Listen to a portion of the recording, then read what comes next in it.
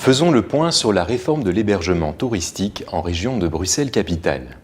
Alors que l'ordonnance du 8 mai 2014 relative à l'hébergement touristique n'est toujours pas en vigueur, nous découvrons qu'une nouvelle proposition d'ordonnance vient d'être déposée ce 11 février 2015 au Parlement de la région de Bruxelles-Capitale, modifiant l'ordonnance du 8 mai 2014 relative à l'hébergement touristique.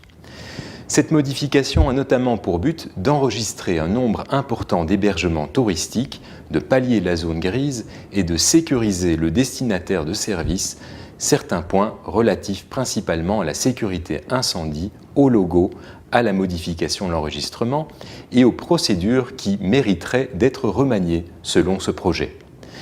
La région prend ainsi conscience de l'importance de la réalité virtuelle et des modes alternatifs de réservation tels que par exemple Airbnb, ainsi que de l'importance croissante de l'offre de logement mis à disposition par des particuliers qui échappent bien souvent à toute forme d'impôts et de charges, ce qui crée une concurrence déloyale à l'égard des hôteliers. Cela crée bien entendu une interrogation sur les taxes actuellement payées par les hôtels de la région, dont les montants sont parmi les plus élevés au monde. On s'interroge tout particulièrement quant à la discrimination établie entre les locations soumises à la taxe et celles qui en sont exonérées. L'enjeu est primordial. Rappelons que Airbnb est actif dans plus de 34 000 villes et 190 pays. Son business model est clairement affiché, monétiser tout espace inoccupé et le mettre en avant auprès de millions d'utilisateurs sans autre questionnement.